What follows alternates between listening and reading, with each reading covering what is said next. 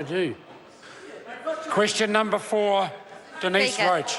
Thank you, Mr. Speaker. My question is to the Minister of Immigration and asks, does the government have a plan to allow people displaced by climate change to relocate to New Zealand? And if so, what is that plan? Mr. Speaker. The Honourable Michael Woodhouse. Mr. Speaker, New Zealand acknowledges the concerns of Pacific Island countries and others around the impacts of climate change. The government does not have specific climate-related immigration policies, but New Zealand does a lot in this area through direct assistance and support to regional organisations. Supplementary question, Denise Roche. Is he aware that all the aid in the world will not stop small island states from sinking if countries like New Zealand refuse to do our fair share in stopping the effects of climate change by cutting emissions by at least 40%? Mr. Speaker. The Honourable Michael Woodhouse. Well, Mr. Speaker, setting aside the hyperbole in the question, I think New Zealand does an extraordinary amount in mitigating and adapting the effects of climate change on sea level.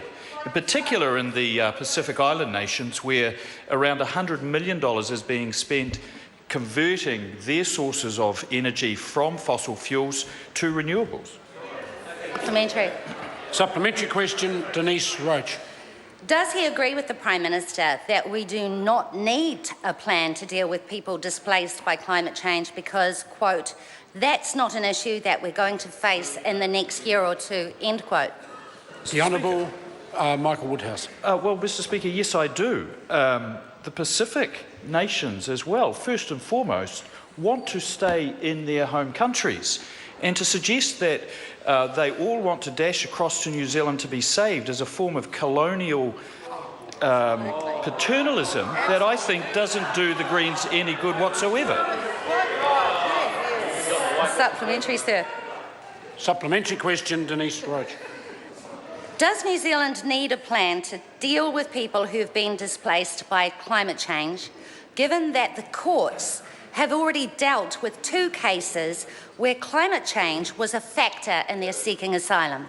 Mr. Speaker. The Honourable Michael Woodhouse. Mr. Speaker, as far as I'm aware, the courts did deal with them by saying that climate change is not a criterion to be considered in the determination of somebody's refugee status. If in the future it is untenable for some areas to live in their home countries, then an appropriate response would need to be developed at that stage and as part of a broader international response. Supplementary. Supplementary question, Denise Roche. What is New Zealand's responsibility towards people displaced by climate change, given the Secretary of the UN, Ban Ki-moon, has warned, quote, by 2050, we estimate that up to 1 billion people could be displaced by climate change? Mr. Speaker. The Honourable Michael Woodhouse. Mr. Speaker, as I said in answer to an earlier question, New Zealand's response is an appropriate one of mitigation and adaptation. And if at some stage in the future it is a situation where some nations and some citizens find their situation untenable, then I'm sure New Zealand will contribute to a global response in that regard. Supplementary. Supplementary question, Denise Roche.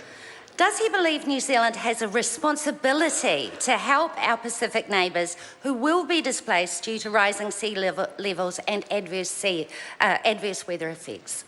Mr. Speaker. The Honourable Michael Woodhouse. Mr. Speaker, yes, and it discharges that responsibility in a number of ways through its humanitarian response, including in immigration policies, where there are Pacific Access category and Samoa and quota places for residency here in New Zealand, and as I said, with a significant contribution towards greenhouse gas mitigation through things like the Global Agricultural Alliance and the specific investments that we're making into Pacific nations. I think that's a very good record. Supplementary. Supplementary question, Denise Roche. Minister, what do you say to our Pacific neighbours whose homes are literally drowning? Do you think it's adequate to say that we don't need to do it now?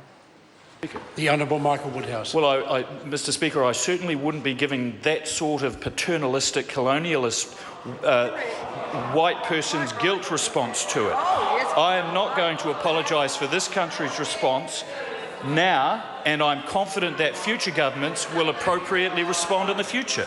Order. Order. Point of order. Mr. Speaker, the Minister has responded to the question with a gratuitous insult that was not required to respond to that question. No, It would be helpful to the House, order. surely, if he... Question. I appreciate the members may well be offended or alarmed by the answer, but when I consider the tone of the question, which was some of our Pacific Islanders are literally drowning at the moment, etc., I think in light of the tone of the question, an answer like that could almost have been expected. Question number 5, Paul Fosterbell. Tēnā koe e te